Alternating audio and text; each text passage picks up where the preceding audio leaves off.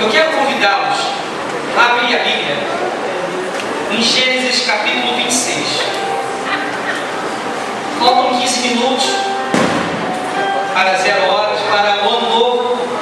Sei que o Cristiano está previsto para cantar, mas vai segurando aí, Cristiano, vai orando.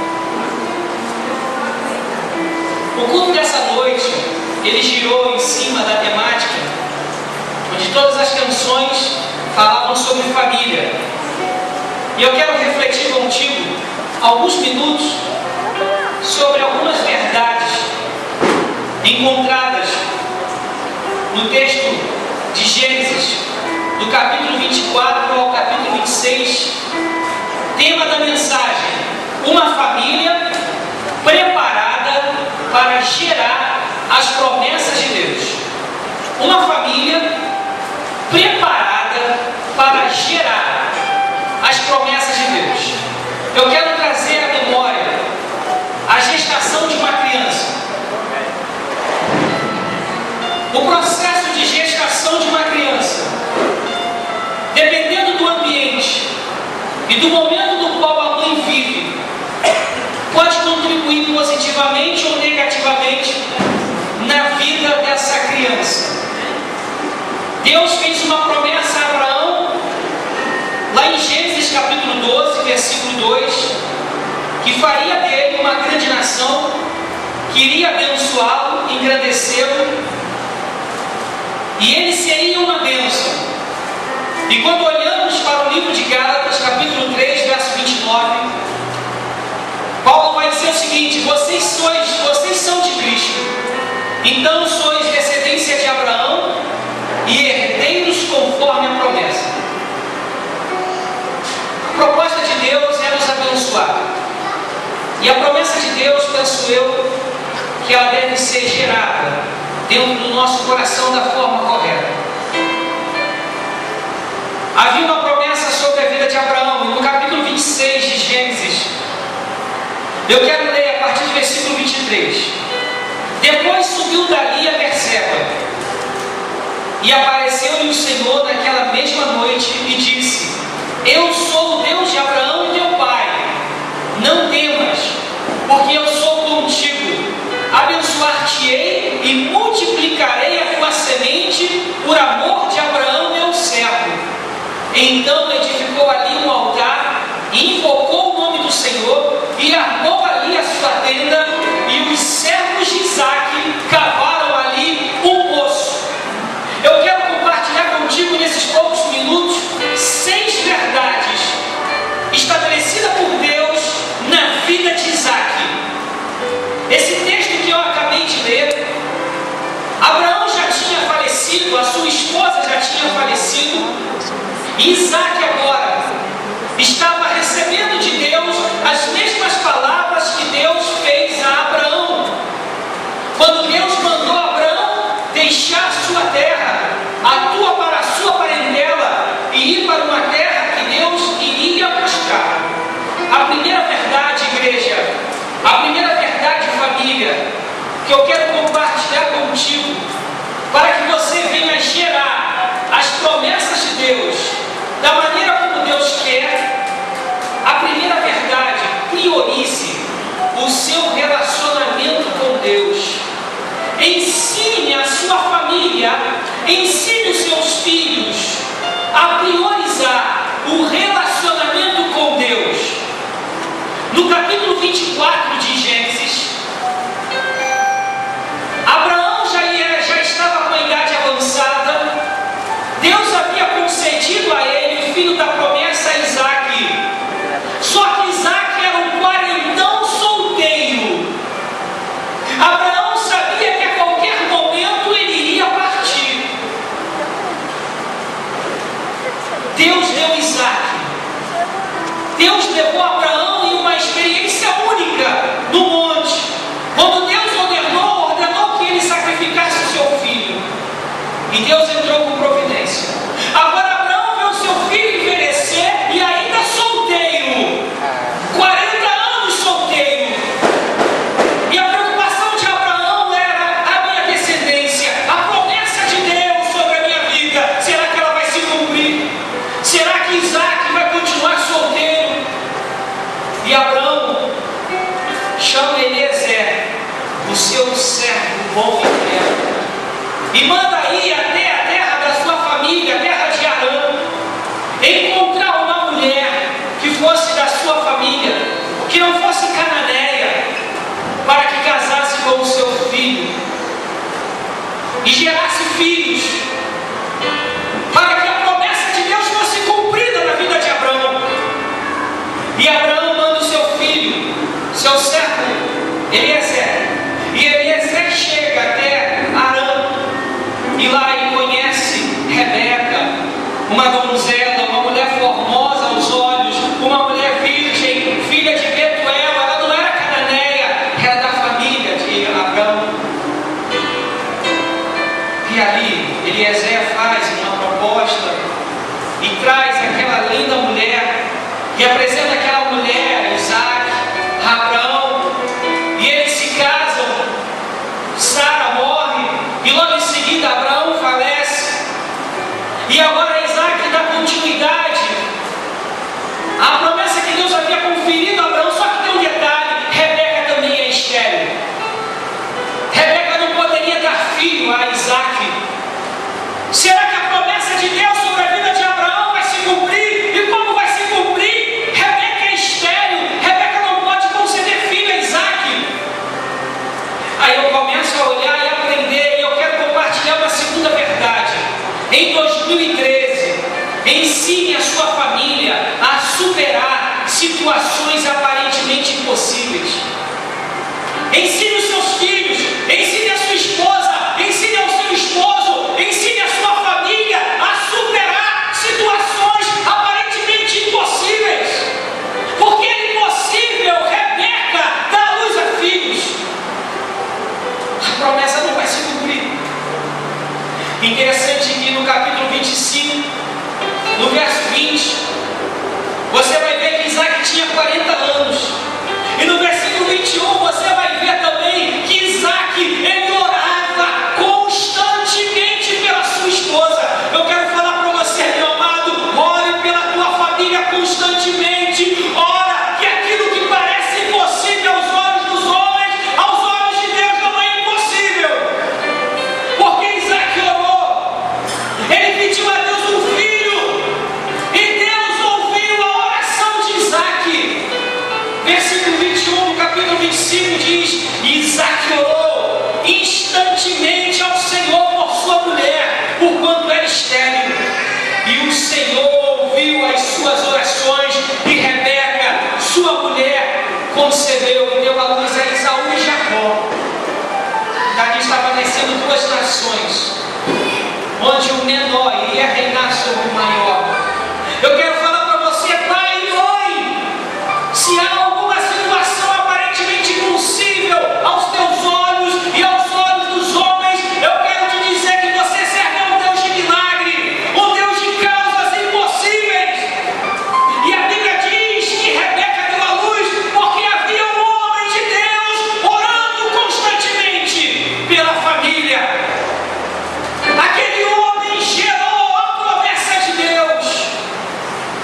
A promessa que começou com Abraão, que passou por Isaac e chega a Jacó. Interessante que no versículo do capítulo 26 veio a fome em Canaã, veio a miséria. Isaac sentiu o desejo do coração de ir para o Egito. No capítulo 26, do versículo 2, eu posso imaginar que Isaac estava saindo inconscientemente ou por uma necessidade do foco da promessa. E Deus, quando olha para o escolhido, quando Deus olha para o eleito e para o vocacionado, e quando Deus percebe que o seu eleito está saindo inconscientemente ou por necessidade do foco, Deus traz de volta. Deus traz de volta. Versículo 2: E apareceu-lhe o Senhor e disse: Não desças ao Egito, habita na terra que eu te disser. Peregrina nesta terra, permaneça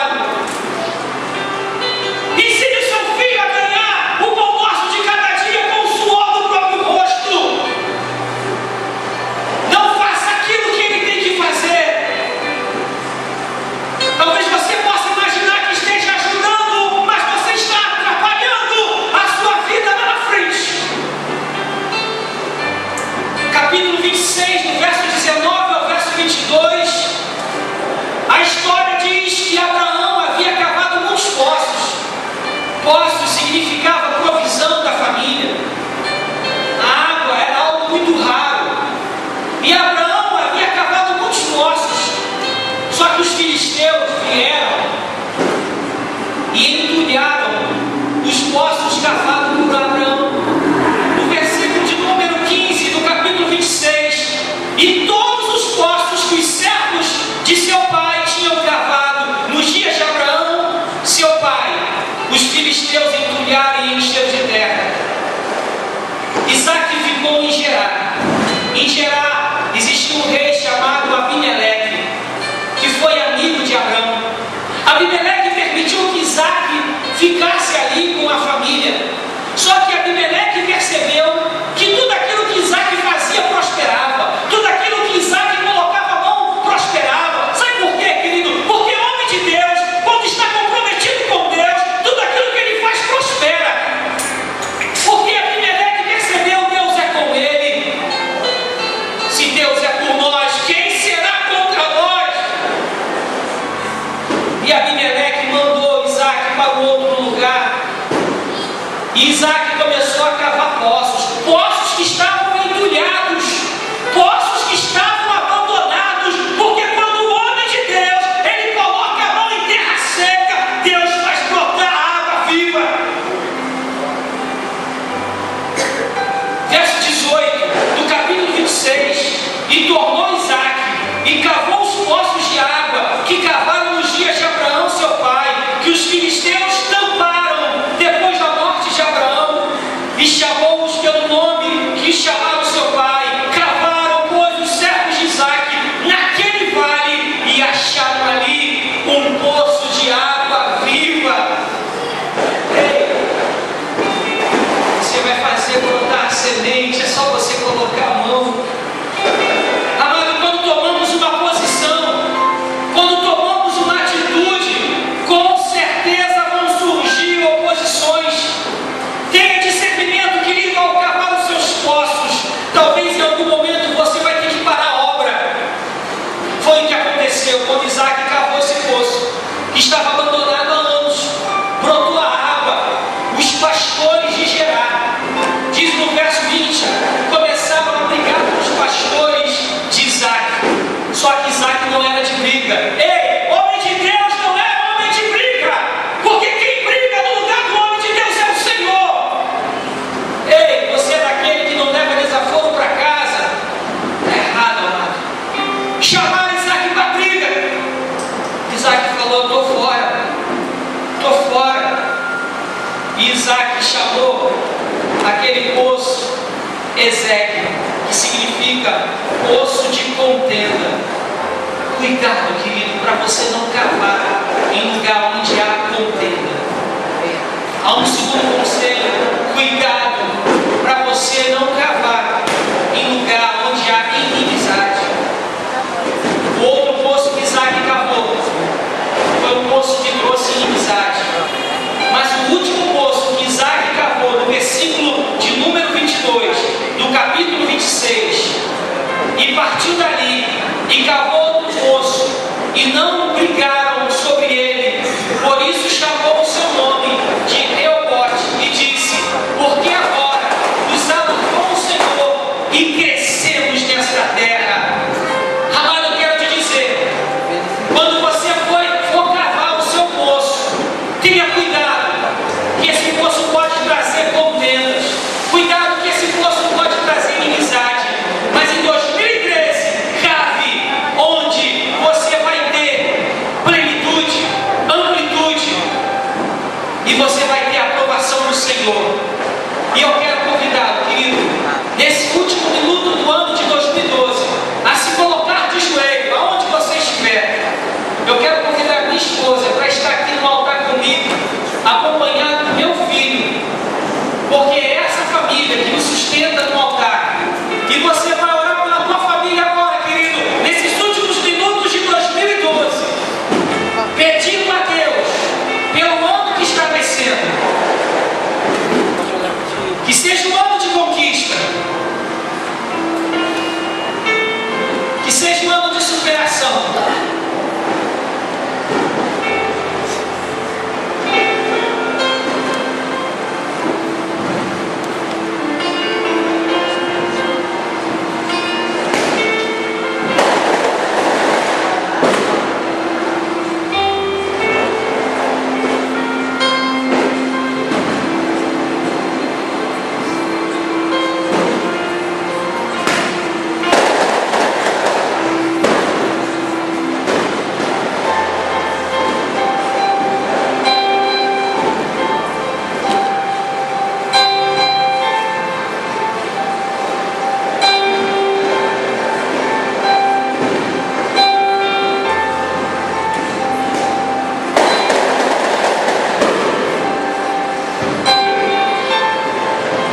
Deus, em nome de Jesus, a sua igreja encontra-se de joelhos para receber o ano de 2013.